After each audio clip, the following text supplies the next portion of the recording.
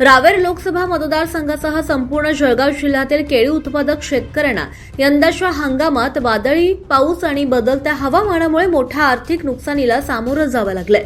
या पार्श्वभूमीवर बाधित शेतकऱ्यांना पीक विम्याची नुकसान भरपाई लवकरात लवकर मिळावी यासाठी केंद्रीय कृषी मंत्रालयातील संबंधित संचालक चंद्रजीत चॅटर्जी आणि ॲग्रीकल्चर इन्शुरन्स कंपनी ऑफ इंडियाच्या वरिष्ठ अधिकाऱ्यांसोबत महत्त्वपूर्ण आढावा बैठक पार पडली।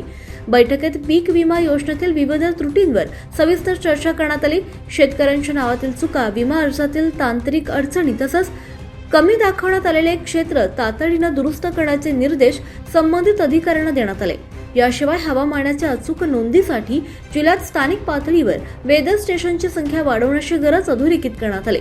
शेतकऱ्यांना अधिक प्रभावी संरक्षण मिळावे यासाठी खरीप आणि रब्बी या दोन्ही हंगामाचा पीक विम्यात समावेश करण्याची मागणी देखील बैठकीत करण्यात आली आहे।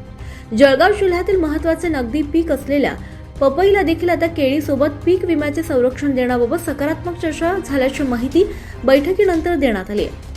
बैठकीत पीक विमा मंजुरीची प्रक्रिया अधिक गतिमान करून प्रत्येक पात्र शेतकऱ्याला त्याची हक्काची नुकसान भरपाई कोणताही विलंब न होता मिळावी याबाबत अधिकाऱ्यांना स्पष्ट सूचना देण्यात आल्या।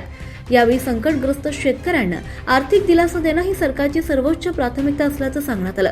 तसंच शेवटच्या पात्र शेतकऱ्यांपर्यंत मदत पोहोचेपर्यंत हा पाठपुरावा सुरू राहणार असल्याचा निर्धार व्यक्त करण्यात आला।